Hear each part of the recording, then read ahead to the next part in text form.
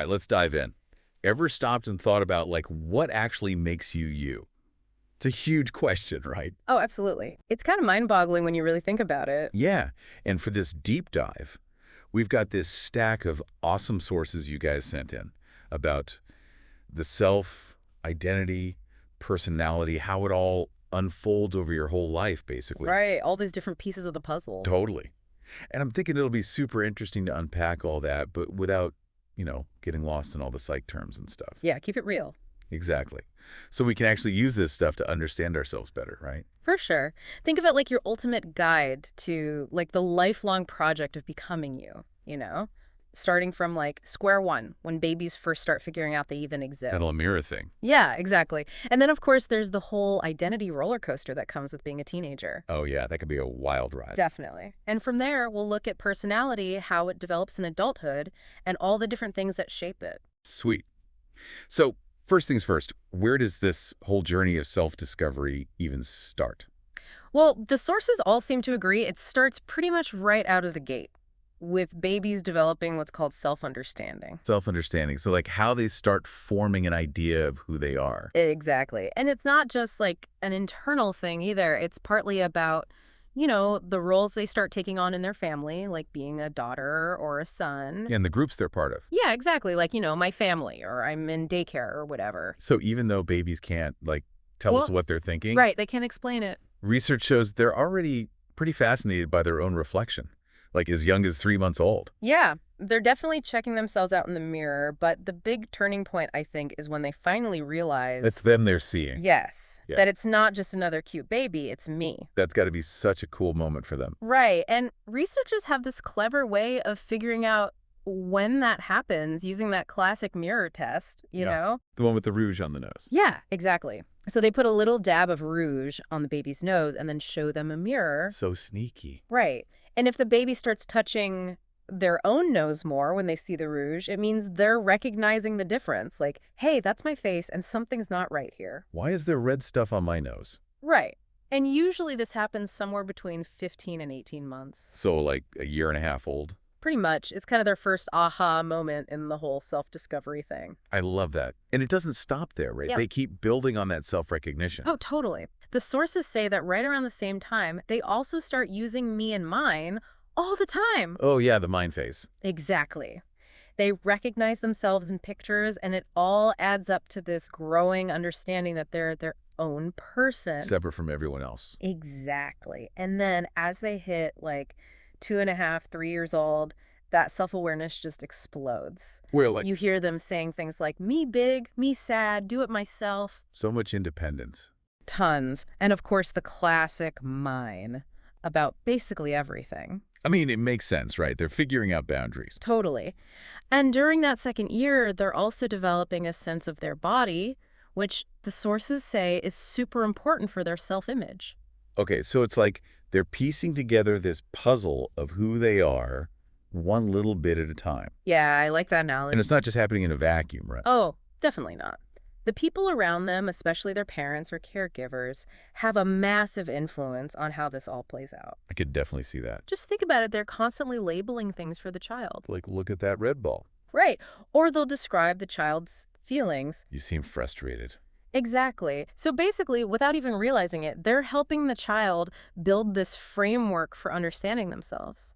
That's so cool. So once kids start talking more, in early childhood, Around preschool age. yeah, how does their self-understanding evolve? Well, it kind of shifts from just recognizing themselves visually to being able to put it into words, Like, this is me and this is what I'm like. Exactly.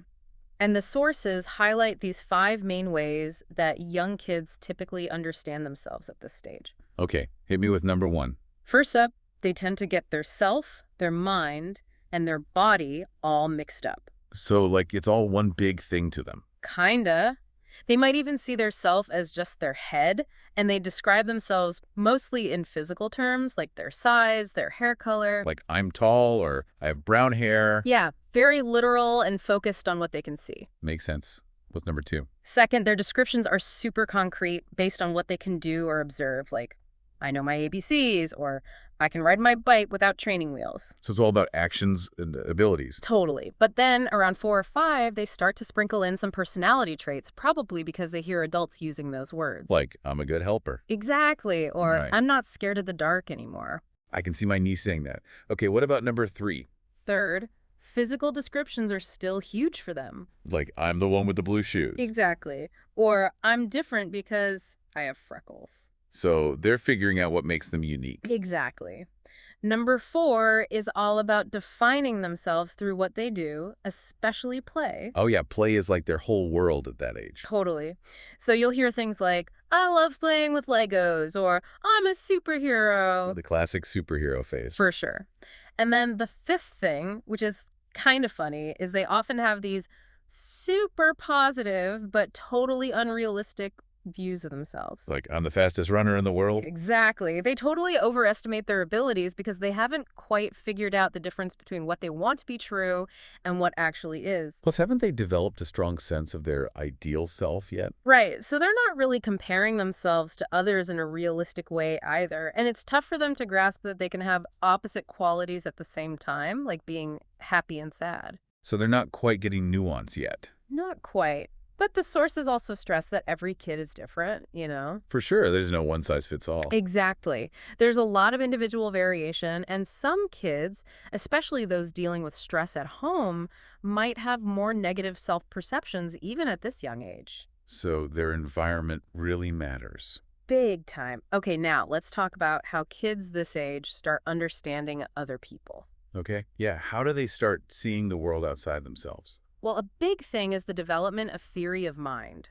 It's basically realizing that other people have their own thoughts, feelings, and desires. Which might be totally different from yours. Exactly. And it's crazy, but the sources even mention studies where babies as young as 13 months seem to be taking another person's perspective into account. Like reading people's minds. Well, not quite mind reading, but showing an awareness that others have their own point of view. That's wild. I wouldn't have thought they could grasp that so early. Yeah, it's pretty amazing. And then around 4 or 5 years old, just like with themselves, they start describing others using psychological traits, like, my friend is shy, or my teacher is funny. So they're starting to see personality in others. Exactly. And they also start understanding that people don't always tell the truth. Mommy, I didn't eat that cookie. Right. And they're starting to get why, like maybe someone lied because they wanted something or didn't want to get in trouble. There was even this study where preschoolers trusted a nice person who wasn't an expert more than a mean person who was. That's pretty telling. Mm-hmm. Clearly, being nice goes a long way at that age. Now, the sources mentioned there's some debate about how egocentric young kids really are. Yeah, the classic view from Piaget was that they're totally self-centered and can't really see things from another person's point of view. But now, there are some different opinions. Exactly. More recent research, like what Ross Thompson did, suggests that they might actually be more socially aware than we thought. Like, Thompson emphasizes how crucial interactions with caregivers are for helping them understand emotions and intentions. So, like, having those back and forth conversations helps them tune in to others. Right. But then you have someone like Susan Harder, who still sees plenty of evidence for egocentrism in young kids' thinking. So it's still an open question. Yeah, the debate's not totally settled, but I think we can all agree that social interaction is key, both for understanding yourself and understanding others. For sure. So what happens as kids move into middle childhood, like 8 to 11 years old? Their understanding of themselves and others gets a whole lot more complex during these years. Like, the sources point out these 5 main shifts in how they see themselves. Okay, let's hear them. First up, they use psychological traits and characteristics to describe themselves way more. Like, I'm smart or I'm creative. Exactly. It's not just about what they look like or what they can physically do anymore. It's about who they are on the inside. Right. Second, they start incorporating social descriptions into their self-image. Like, I'm on the soccer team. Yeah, or I'm a Girl Scout, or I go to this church. So it's about belonging to groups. Exactly. And third, social comparison goes into overdrive. Ah, yes, comparing yourself to everyone else. Right. They're constantly thinking about how they stack up against their peers. Makes sense. That's when peer groups become really important. Definitely. Fourth, they start to distinguish between their real self Who they actually are. and their ideal self, who they wish they could be. So, like, I might be kind of messy, but I wish I was more organized. Yeah, exactly. And finally, their self-evaluations become more realistic. They're not just saying I'm the best at everything anymore. Right. They're getting a better sense of their strengths and weaknesses because they can compare themselves to others and take different perspectives. And speaking of perspective taking, how does that affect their social interactions? It plays a huge role. On the positive side, being able to see things from someone else's point of view leads to more empathy and understanding. Like if a friend is upset, you can actually understand why. Exactly. But the flip side is that kids who struggle with perspective taking are more likely to have conflicts with their peers. Because they can't see the other person's side. Right. And they might be more aggressive or defiant because of that. Interestingly, the sources also link perspective taking to executive functions. Executive functions, like what are those? Well, so those are those mental skills that help you manage your thoughts and behavior, like cognitive inhibition, which is being able to stop your own thoughts to consider someone else's, and cognitive flexibility, which is being able to see a situation from different angles. So it's not just about social skills, but about how your brain works in general. Exactly. It's all connected. And one more thing about this age group. The sources say they get more skeptical about what they hear regarding personality traits. So they're not just believing everything they're told anymore. Right. They're starting to think critically about the claims people make about themselves and others. That's a good sign. Okay, now let's jump into the teenage years, which are often seen as this crucial time for figuring out who you are. Adolescence, yeah.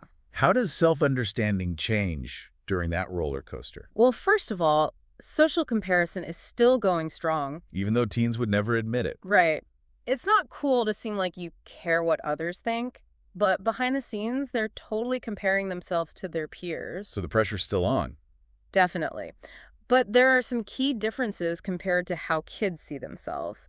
For one, their thinking gets more abstract and idealistic. Like deep thoughts about the meaning of life. Totally. They're using more abstract labels to describe themselves, like, I'm a free spirit, or I'm an individual. Sounds about right. And they're also describing themselves in more idealistic ways, like, I'm sensitive, or I'm going to change the world. Gotta love teenage idealism. What else is going on? Second, there's a huge surge in self-consciousness. Like, everyone's staring at me all the time. Pretty much. They're hyper aware of how they come across to others and spend a lot of time trying to figure themselves out. Which ties into that whole adolescent egocentrism thing. Exactly. They're so focused on themselves that they sometimes think everyone else is just as interested in them. Like the world revolves around them. Right. And the third big change is that they start noticing contradictions within themselves. Like how you can be different depending on who you're with. Exactly. They see themselves in all these different roles, friend, student, son, or daughter, and realize they can have seemingly opposite traits depending on the situation. Like, I'm shy around new people, but outgoing with my close friends. Exactly. Younger teens might find this super confusing, but older ones start to integrate those different aspects of themselves into a more whole picture. So they're accepting that they're not just one thing. Right. The fourth thing is that the teenage self can feel incredibly unstable. Like their mood swings every 5 minutes. Well, it's not just moods, it's their whole sense of self. It can change from one situation to the next, and even from day to day. So they're still figuring out who they are consistently? Exactly. And it's usually not until late adolescence or early adulthood that they develop a more unified and consistent sense of self. Gotcha. What's the fifth change?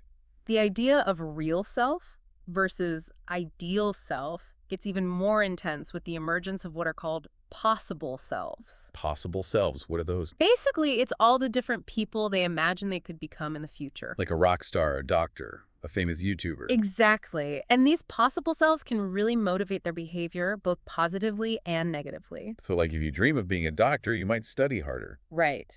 But if you're afraid of ending up unemployed, you might work harder to get good grades. Makes sense. And the sources mention that having practical support from parents can actually influence these possible selves. Yeah, there was this cool study that found that teens who felt supported by their parents were more likely to have possible selves related to school and careers, and they were more confident about reaching their goals. So having that support network helps them picture a more concrete future self. Precisely. And finally, in late adolescence and early adulthood, There's a move towards self-integration. So like pulling all those different pieces of themselves together. Exactly. They start putting the puzzle together in a more deliberate way, and they're more likely to recognize when their old self-descriptions don't fit who they are anymore. Because they've grown and changed so much. Exactly. So yeah, it's a pretty intense time for self-discovery. Big time. Yeah. Now, what about how they understand other people during these teenage years? Their understanding of others also gets a serious upgrade. Like, they realize that people are complex and can have different public and private faces. Like you act differently around your friends than you do around your parents. Right, and they become better at understanding those nuances. There's this guy, Selman, who came up with these stages of perspective taking. And the final stage happens in adolescence, where they can truly grasp another person's viewpoint. So they can really put themselves in someone else's shoes. Exactly. Plus, they start doing more of what's called social cognitive monitoring. Which is like, It's like they're paying way more attention to social cues, like body language and tone of voice. They're checking to see if what people say matches what they do. and they're trying to figure out what people are really feeling, Oh, even yeah. if they're not saying it out loud. Exactly. It's all part of becoming a more sophisticated social being. Gotcha. So then we move into adulthood.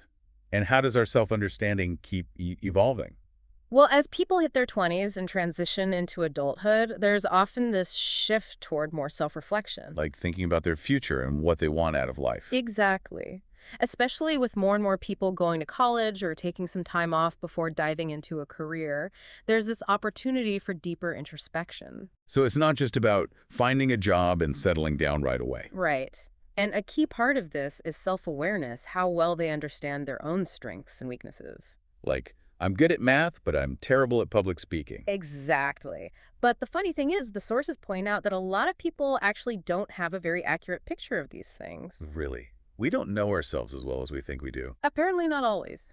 And the whole possible selves thing we talked about, that continues to be important in adulthood too.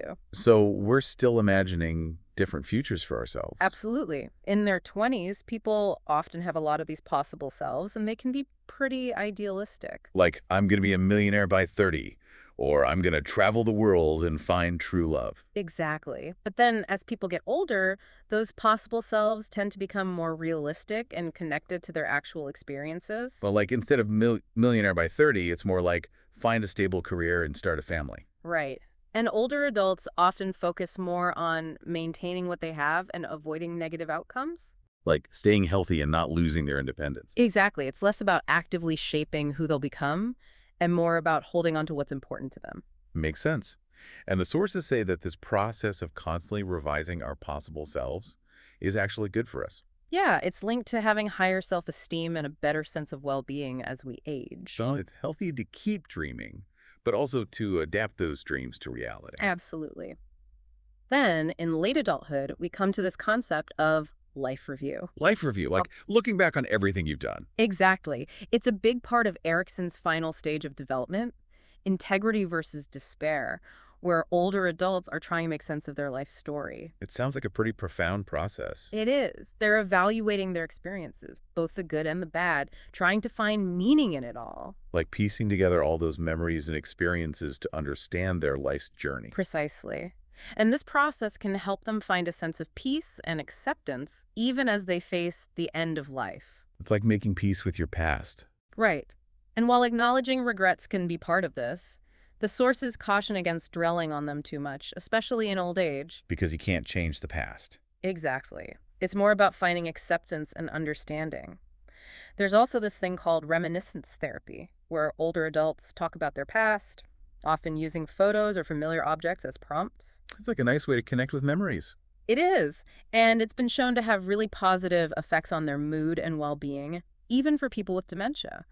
But the key to successful aging is to integrate the past with the present. You're just living in the past. Exactly. It's about finding a balance. Okay, that was a pretty amazing overview of how our self-understanding evolves throughout our entire lives. Now let's switch gears and talk about self-esteem and self-concept. Right, sounds good. These terms are sometimes used interchangeably, but the sources make a distinction between them. They do. So self-esteem is about your overall sense of worth, like how much you value yourself as a person. Okay, so it's a global evaluation. Exactly. And self-concept is more specific.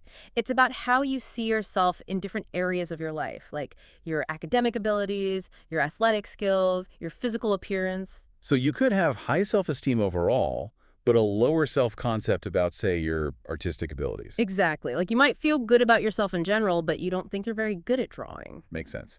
And the sources say that both of these, self-esteem and self-concept, are developing early on. Yeah, they're influenced by the quality of your early relationships with your parents, especially whether you felt securely attached to them. So that early bonding really sets the stage. It does. And the sources go into some of the issues that can pop up, especially with low self-esteem. What kind of issues? Well, low self-esteem has been linked to a whole bunch of negative outcomes, from physical health problems like being overweight to mental health issues like anxiety and depression. Wow, it has that much of an impact. It can. It's also associated with things like suicidal thoughts, delinquent behavior, and even lower life satisfaction later on. That's pretty serious. What about the connection between self-esteem and, like, school performance or how well you do at work? Interestingly, the link there is more moderate. Having high self-esteem doesn't automatically mean you'll get straight A's or be super successful in your career. So it's not a magic bullet. Right. But there's a much stronger link between self-esteem and happiness.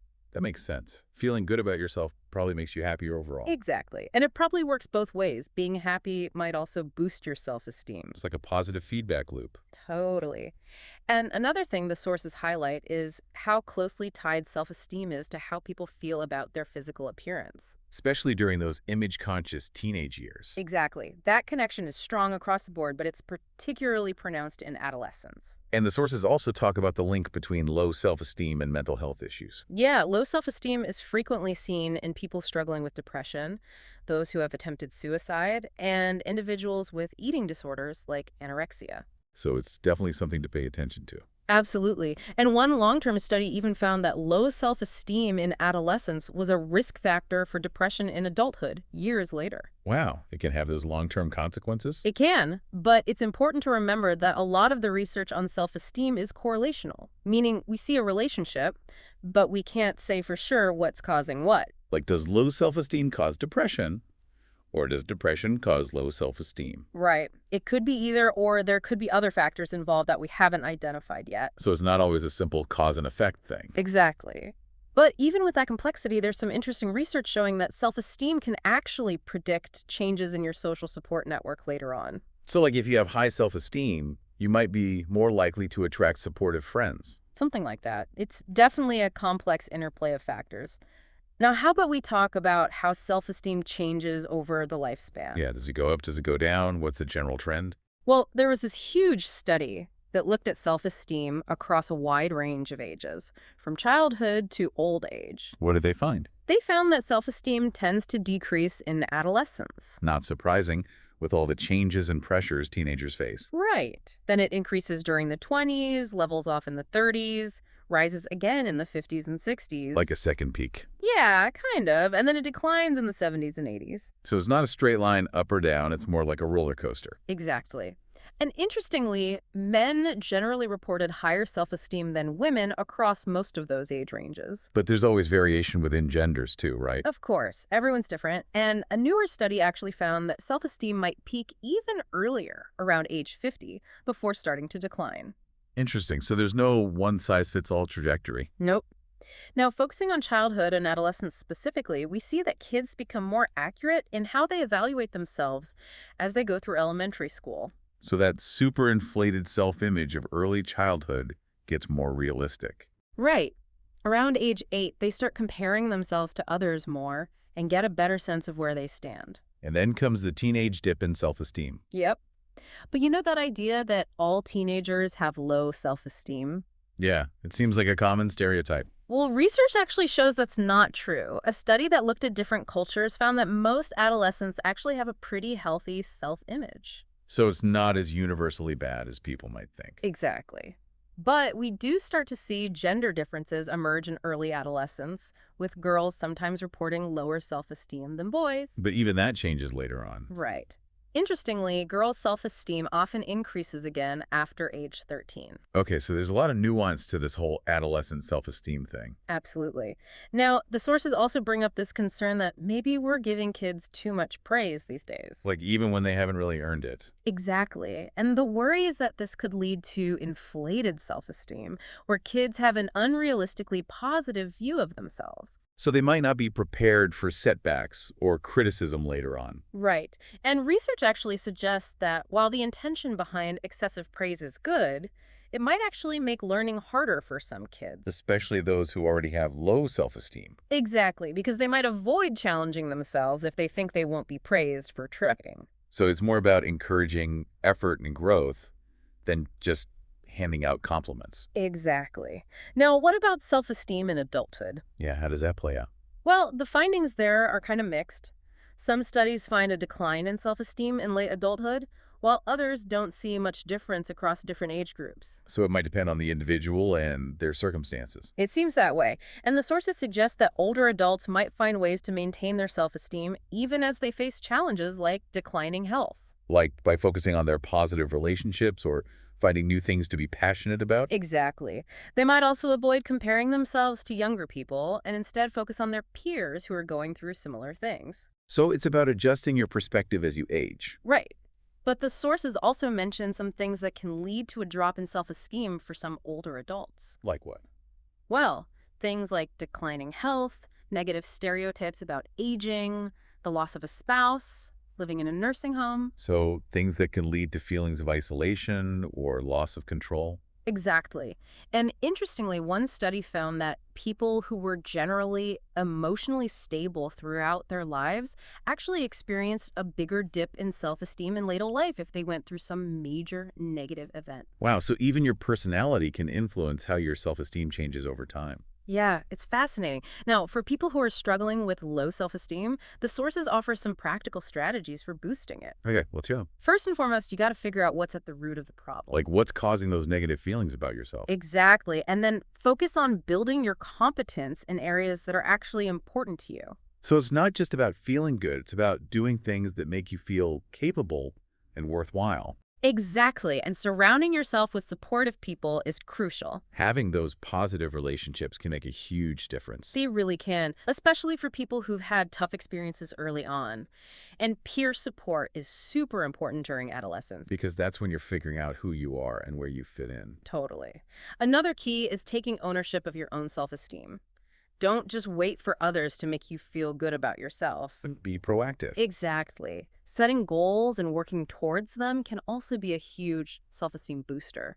Because achieving something tangible makes you feel proud of yourself. Exactly. And finally, developing healthy coping strategies is key. Like how to deal with setbacks and challenges without falling apart. Right. Facing problems head on, being realistic, and not getting overly defensive can actually lead to more positive self-evaluations in the long run. Those are some really great tips. Okay, so we've covered self-understanding and self-esteem. The last piece of our self-puzzle is self-regulation. Okay, self-regulation. What does that even mean? Basically, it's your ability to control your behavior, your thoughts, your emotions, all without someone constantly telling you what to do. Like being your own boss. Totally. It involves setting goals, monitoring your progress, and making adjustments as you go along. So it's about being disciplined and staying on track. Exactly. And the sources say that self-regulation is linked to greater success and satisfaction in pretty much every area of life. Really? It's that important.